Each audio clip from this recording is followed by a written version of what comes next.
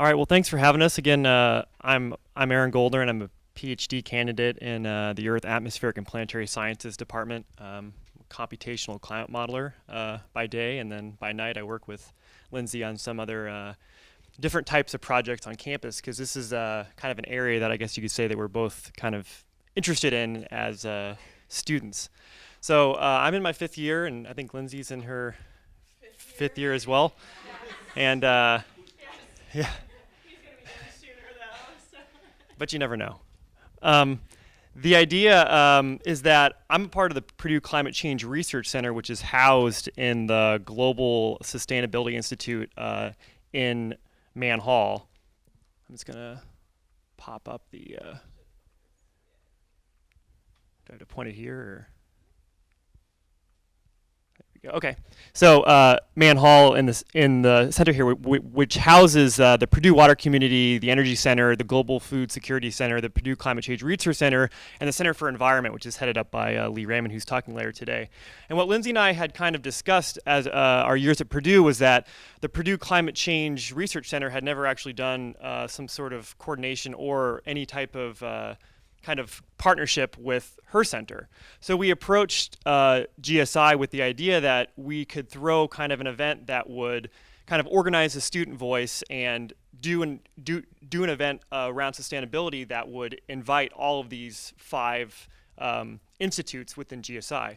What we quickly learned very quickly is that Purdue also has a whole lot of other interesting and powerful groups on campus that are interested in sustainability and energy and water and these kind of like key societal problems that we now face. So we started reaching out to the Global Policy Research Institute and the Office of University Sustainability, directed by Michael Gulich, and found that Purdue kind of has this has large amounts of resources, and the students involved are doing great projects. There's a lot of powerful student groups, the Energy Forum, Boiler Green Student Initiative, and what we kind of found was that Purdue has these abilities and also areas to kind of address these issues, but it was kind of missing these frameworks and these synergies between not only the students and the faculty, but also between the student groups themselves. So some student groups didn't know that another student group was working on similar problems in the realm of sustainability. So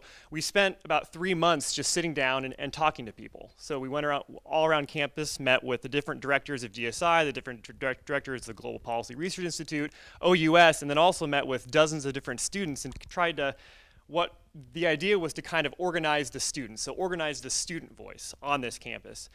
And we had discussions about how something like this would relate to, say, the Ohio State or Penn State. And I think what's really cool about universities, they're all very different. They all have different frameworks, they all have different ways and connections. So it kind of took a while for us to understand what was going on at Purdue in order to kind of, the idea was to address these frameworks. So not just throw an event where you organize a student voice, you get the directors to come, but you also put in place some ideas and some recommendations for sustaining these projects and voices. And that's kind of where the hard work comes in. But what we're going to talk about for the next couple of slides is just this event that we put on where we kind of sat down, we organized all these voices, whether it was students or faculty or administrators, and tried to,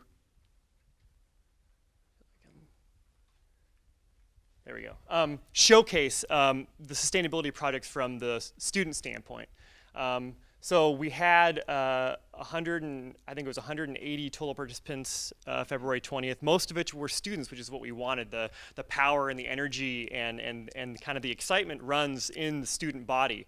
And what we were able to do was do the standard kind of poster session where students came and showed the different products they were working on, whether it was making Rawls Hall LEED certified or working on groundwater discharge and putting in rain gardens or working on the Wabash, crossing the river and working with the community. So we kind of showcased all these student products, but then also wanted to dig into the details of how we could kind of create those frameworks for more facilitation between those student groups, but also more facilitation between the faculty and the administrators. And Lindsey's going to go into the nuts and bolts of kind of the outcomes that the students generated, the ideas and the energy and the excitement that was kind of drawn from this. But just to highlight, we one of our goals was to reach out to cross campus and reach as many partners as we could. So we were able to get students, it was a lot of engineers, but we were also able to get students from science and pharmacy and the professional students from the vet school and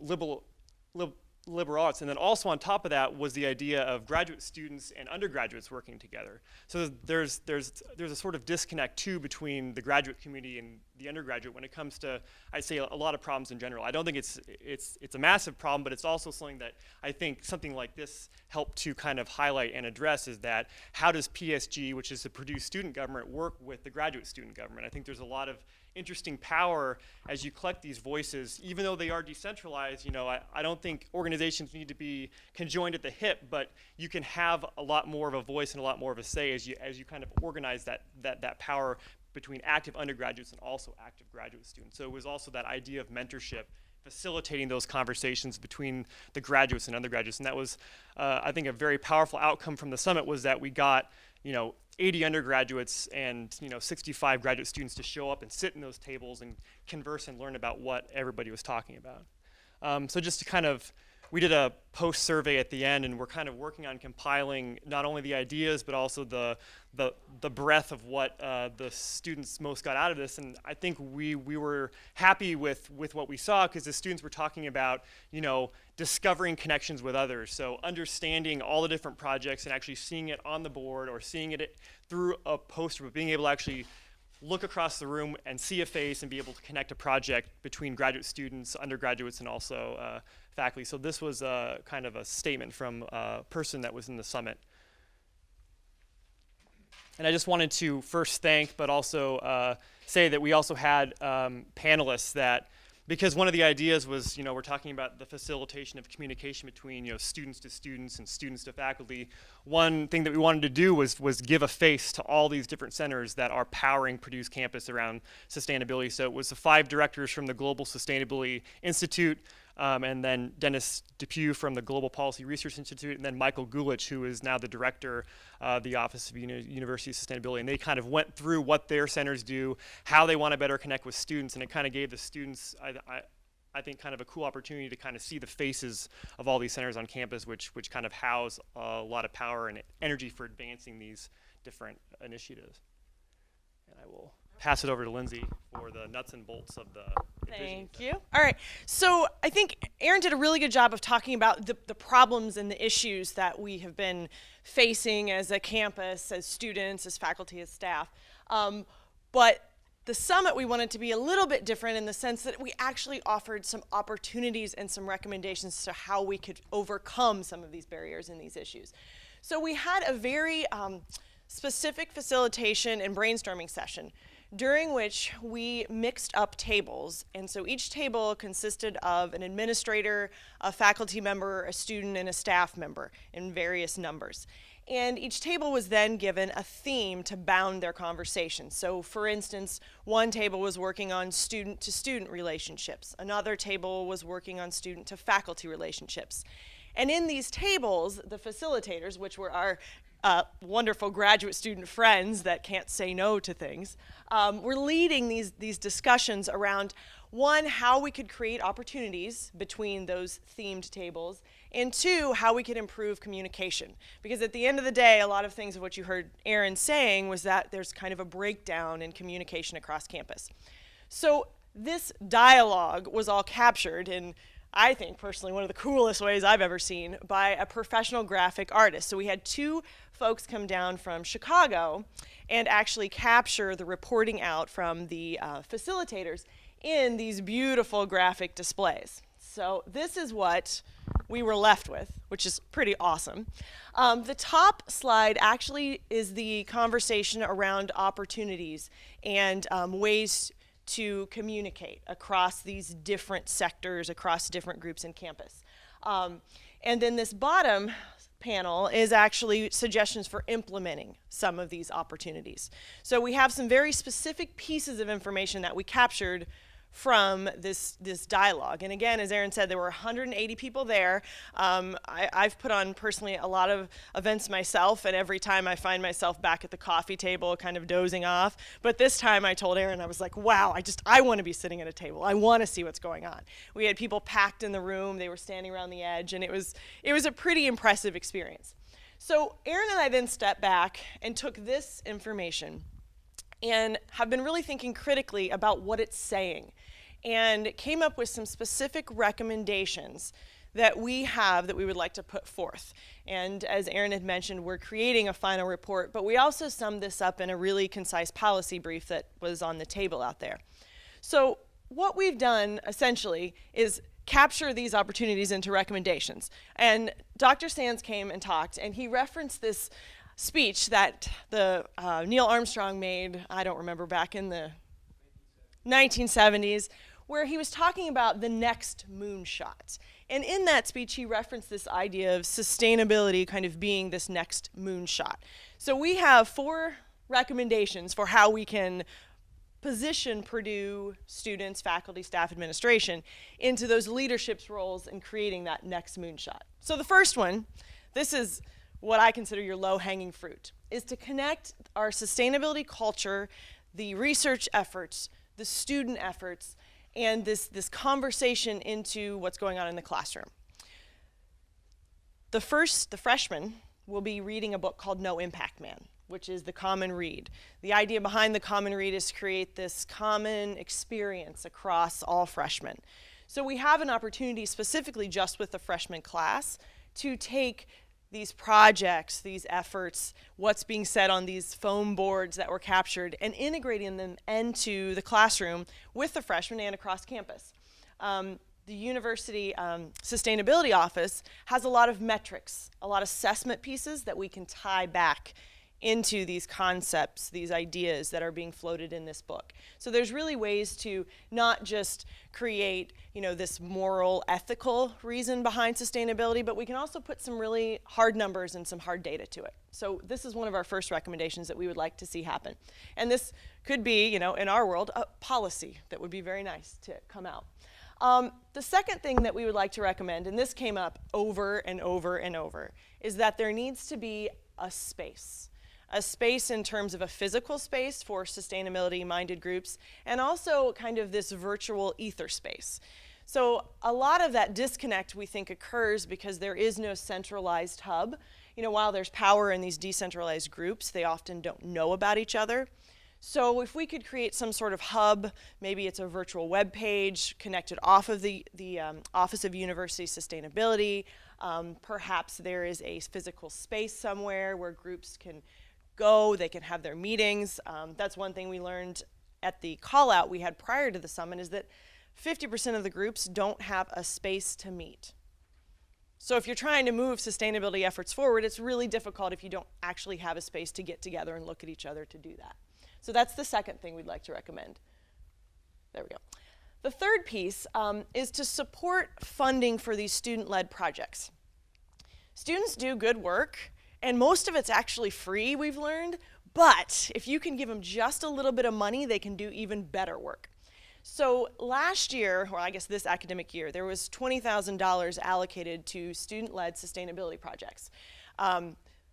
The applications are in, and the demand is well over that $20,000. I don't have the exact numbers on me, but I can tell you it's very high. I know of at least 3 projects that asked for the entire pot. So there's a lot of demand. And these projects range from continuing to green the roofs around campus, to installing rain gardens in specific parts of campus.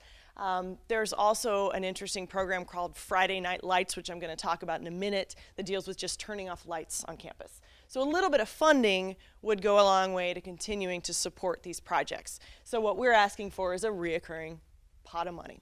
$20,000 would be a great wish for us. And then the last piece, and this kind of is tied in with actually the monetary support, is that, tuition increases have been frozen. We need to recoup this $40 million that we will potentially lose as a result of that. So how can we do that?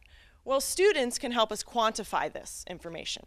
So this Friday Night Lights project is one way to do that. Penn State runs a program where it's led by, and this is all volunteer, there was a little seed money that went to it for pizza, I believe, correct? Pizza to support the students, so thank you every Friday for going out and turning out lights. Pretty simple, right? But basically what happens is that it's led by a graduate student. There are 171 volunteers from various organizations across campus that every Friday night they go and they turn out lights.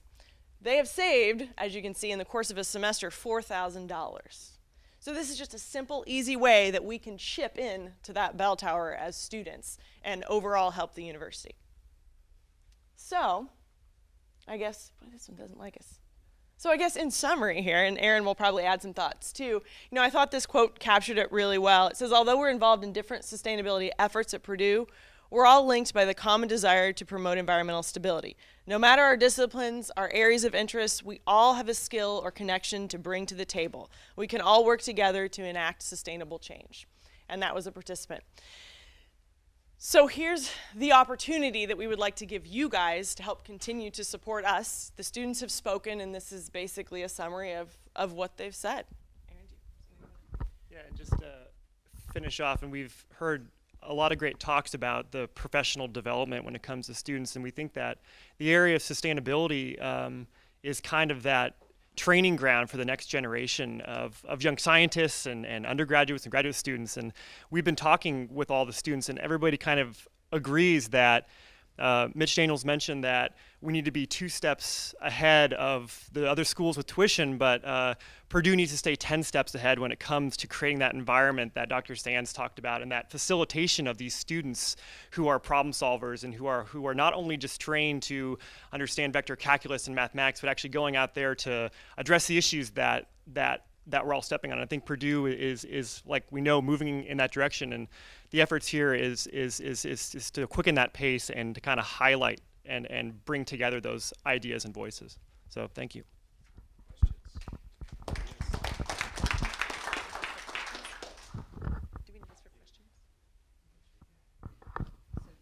At the most exciting presentation, it is a clear illustration of student leadership at Purdue University. And I had 2 questions that I wanted to ask. You were focused on connectivity at Purdue University. What thoughts have you had about connectivity outside of Purdue University and using Hub as a networking tool? And the second question is, how do you bring about culture change among the faculty and students? Okay. I'll take the first one. That one's easier. No, I'll help you out on that. So I guess to address the outside of the walls of Purdue, lots. We've thought a lot about it. We bounded the dialogue to campus based on a lot of recommendations that we had. I personally do most of my work out of campus. So I do a lot of the community things, and I know a lot of people do the larger scale, connecting even globally. But for this summit, we wanted to keep it very tight.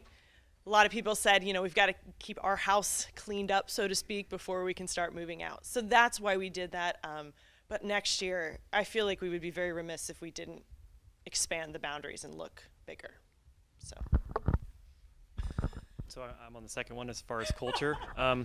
So that's a very difficult question, but I think that's, at least through our conversations, culture comes at with connecting something, being invested in something. And I think that we had conversations with like Todd Wetzel at Convocations, and then also we've been in meetings with Dennis Ciaviano and how to start early with making sustainability kind of something that's in the forefront. And I think it's going to take a lot of making that emotional investment, but also realize that through a small group of motivated people, I think people tend to follow good examples. And I think if there's enough motivated undergraduates showing a group being powerful and motivated, interested in these types of ideas, I think you'll find people will follow, just like everyone got a smartphone, and kind of linking these already existing kind of behavioral patterns that I think students have at the university level. But there's no silver lining playbook on that.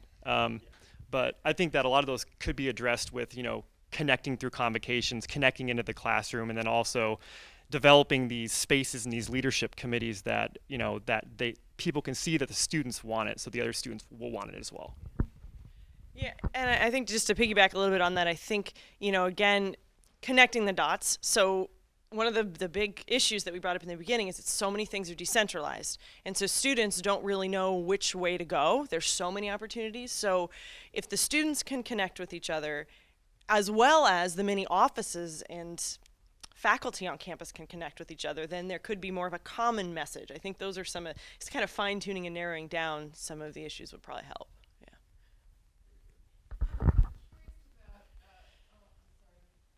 Oh.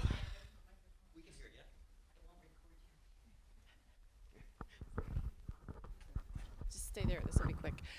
I just was interested in your thoughts about the residence halls and housing and food services and the role that they might play in sustainability efforts. Well, I'll let Aaron add to this, but one of the 60 meetings we had prior to the summit was with housing and food services. So it was definitely on our radar, and quite a few of them actually came to the summit because we see that as a huge opportunity. The residence halls collect their food waste and they send it to the biodigester at West Lafayette. So there's a lot of potential there. And I think, again, residence hall, connecting back to the common read, sort of connecting the dots across the board, I think would make a big difference. And it's also pretty difficult because I think the return on investment for, say, composting or recycling is null and void for recycling versus putting it in the trash. And I think it relates back to more trying to hit at the culture and trying to make an investment in the students to kind of believe and follow in a common goal, or make competitions or make it part of the curriculum. And I think that'll kind of aid in the sense of helping with speeding along, how we address where the waste goes and how the students can be involved in helping in that process. Yeah. So I always like to think of myself as a shoe salesman, and I'm going to bring out a set of shoes, and you can decide if any of them fit and you want to take them home or not. Okay. But just a couple thoughts. I think this is a really interesting topic. It's an important topic, and I think what kind of that's okay. Do I need this? I think kind of what came out through your thing is that it's really hard to get your arms around sustainability, right? Because lots of people don't. There's not a common definition of it, and so on and so forth. So two thoughts. One is, it would be really interesting and maybe motivational for all of these various groups if there were a framework that said, here's kind of what the sustainability impacts, or sustainability related impacts of Purdue University are on campus. Here's what's big, here's what's small, and which doesn't say you shouldn't go after small stuff, but thematically, if you could kind of get out, look, the real impactful things Purdue could do are energy consumption. I have no idea if that's the right one or not, but it's probably on the list. Just so as people are kind of thinking through, gosh, I'd like to initiate a project to do this, which you can attack on a small scale to know how it fits into kind of the bigger picture. One idea. The other idea is I was struck by your Friday Night Lights initiative. And one of the things that I found in trying to get my arms around sustainability in New England, which we define sustainability as carbon footprint reduction for the region, which is still a damn big problem. But figuring out kind of what's big and small, and then put against, well, what are the economics of fixing this? Because I think what a lot of people don't realize, particularly those of us over the age of 30, is that most sustainability initiatives, at the end of the day, pay for themselves. Because what they do is they eliminate costs, they eliminate waste, and while there may be, a coefficient of friction you got to get over to get started on it, the more you can kind of come back and say, doing this, yeah, sure, it helps the environment, it reduces this and everything, but boy, it saved us $4,000, which you could then put towards your $20,000 pot, and now you're up to $24,000, right? And so I think if you push on this, you might find that there's a way to get a flywheel moving where you could start to actually fund things because people understand, hey, it's economic. At the end of the day, people tend to be more motivated by economics than the environment, particularly in difficult times. It's a great currency to be able to work against. So I don't know if either of those shoes fit, but if they do. I can make another recommendation. You guys are open to that. So we had a lot of discussions with Dan Schuster, he basically does all the energy metering across. So there were actually all the buildings are supposed to go online for actually metering of campus, which has not been done before. So we have no, because energy I guess is cheap here, and so is water, which is an issue all in itself. But what he said is that a lot of times when they're asked to shrink their efficiency, one, they're working on quantifying it, but when they save the money just gets vacuumed back up. So there's got to be some way to talk with the administration about, can we have 25 or 50% of those funds that we save? Yeah, and then that can loop back into these products. But I think, you know, maybe from the administration standpoint, there's got to be shown impact first, so that it has to be quantified. There's got to be a promise to us, or the account, that it won't just get vacuumed up at the end of the year when they're redoing the budget. So I think there's a lot of things that I don't have power to understand, but I think that's a great point. But you know, even if the money doesn't come back to you at some point, the money's always a good motivator. If it can be chipped in. I mean, again, it's like, you know, you've got to quantify it. I think that's one thing we've learned, that the Friday Night Lights is a perfect example of an easy behavior change that you can quantify. And boom, you've got it. And then just to address the sustainability plan. So Purdue does have a plan with 150 some goals. So those could be, in theory, whittled down to be a little more manageable, and those could be pieces that could be chipped away. In fact, that's what Michael tends to do when students come to him, is gives them the goals. In asking me that question, I'm going to ask you to visualize what it would be like to go to the Purdue Stadium and watch a football game without a scoreboard. Now, if you can visualize that, what kind of a scoreboard can you think of that you could put on the web that would allow students and faculty to measure progress and cost savings and many other aspects of sustainability, and at least be incentivized by rate of change? So are you asking ways to do that, or? Well, first of all, have you thought about it? Do you think it's a good idea? And then how would you do it? Yeah, I mean, I think Neil Armstrong's a great building and has those displays out, you know, that are just scientific in nature. But I think if you had the meter out there, I think people would start looking at that. I know the gym's starting to do that. They have water counters, so you know actually how many people have plugged their reusable water bottle into the wall. And I think, you know, it breeds competition, but it also breeds awareness. And I think the more that you put counters up and things that Purdue doesn't necessarily have right now, I think students find them cool and interesting. And once again, if you can link that to likes on Facebook or the technology, then you're avening into an even, I think, greater way to kind of build that culture, hit the culture too. A mobile app on your phone that is the scoreboard, essentially. I mean, you know, something as simple as that. Everybody has a cell phone. Even my grandmother has a cell phone now, so it's not, you know, it's not a new technology. Well, the question of understanding sustainability, the light bulb will go off and they'll say, that's what it is. Yeah. It's true. To that measure of kind of keeping score, the other thing that I think that raises for me is kind of the role of competition between groups and so forth. And I managed myself 2 or 3 years ago to lose about 30 pounds. And I did it through a very simple mechanism. It's this little thing called a Fitbit. I don't know if you're familiar with them. It's basically a pedometer that measures how many steps I climb a day and how many steps that I take. That's why I walk, by the way.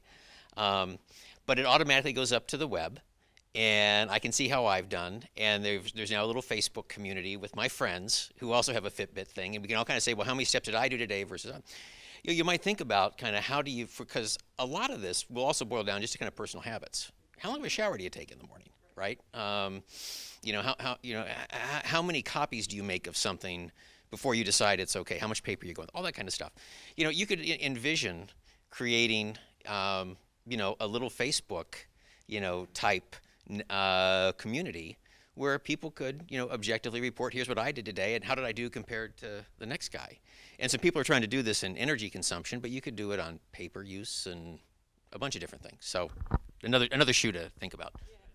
Yeah, and that's, getting back to the residence halls, that's an excellent way to, maybe freshman year you get your app or you get this competition, and so when you're in a residence hall you're competing. I mean, there's And it goes back to the student grant. You could have someone create a program that could do this. I mean, we have students on campus that have an amazing programming talents. Marion, you could probably do it. And they could create this program where you could track, you know, like you said, your little Fitbit, but it's environmentally minded. Yeah. That's a great idea. Any other questions?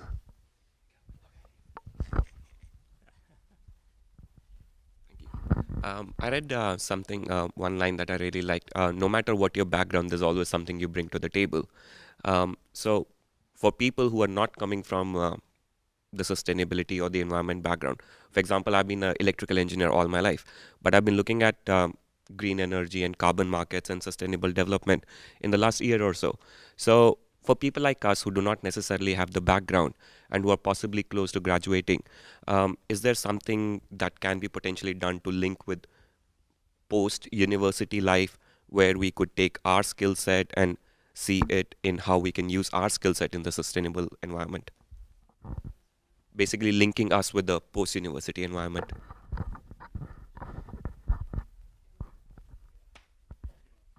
Yeah, just that was definitely something that came up in the summit. Having, you know, these job fairs that are focused for those of us that eventually will leave this place, right? But then also flipping that job fair a bit so that it's networking on campus. So you're not looking for a paying job necessarily, but you're connecting with groups that are doing similar things. Because that's one thing we learned about the summit. You know, we all have our academic expertise, but sustainability is not just about, you know, someone working in water, someone working in energy. It's about this art display. It's about, you know, connecting with the visual performing arts groups. It's about talking to those in communication and how it's communicated. So, you know, that's something that came up, definitely. I don't have an answer for you, but it is something that I know the students were demanding from the summit. I think there was also like a Match.com idea as far as like if you came in and you didn't know anything about it, you would go to the site and it would be like you're a 70% match with this group, and then you can go online and then find the energy group or whatever that's working on a problem that you may be interested in. So it's kind of using the technology again to link people that, you know, because in the beginning I had no idea either. So it's just, you know, walking around in the dark until you find something. So I think that would speed that process.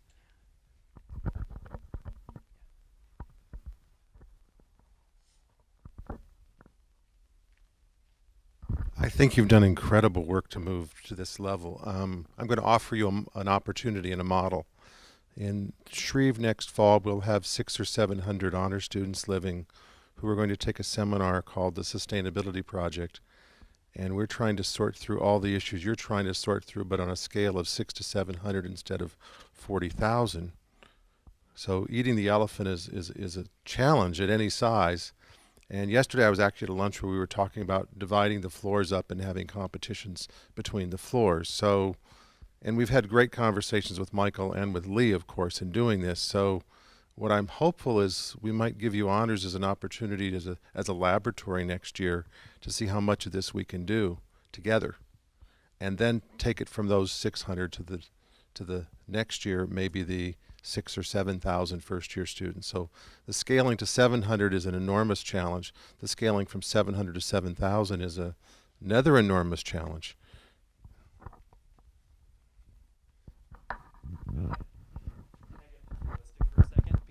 Because I think this idea is great. And Lindsey and I, was it Friday that we were in the meeting?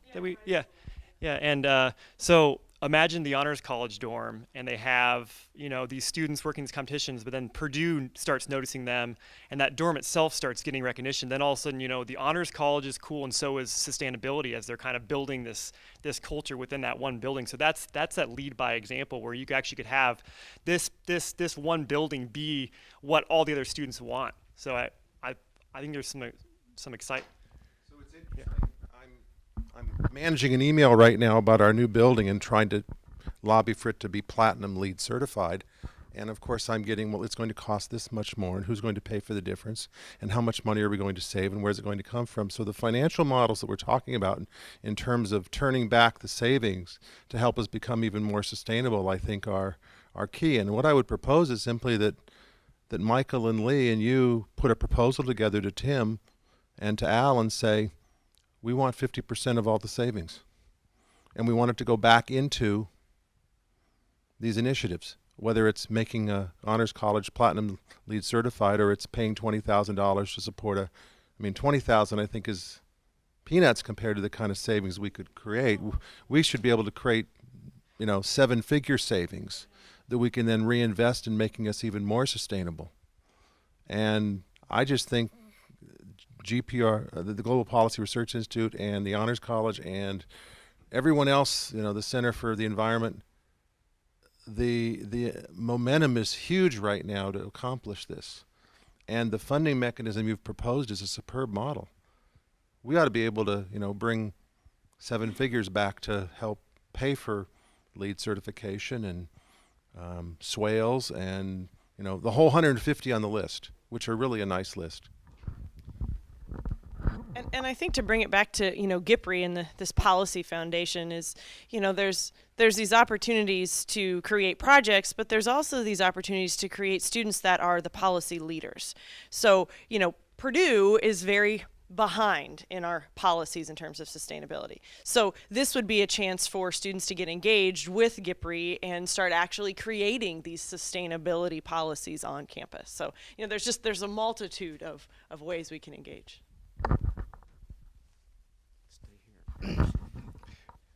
Do we not produce some outstanding PhD students? Nice job. Well done.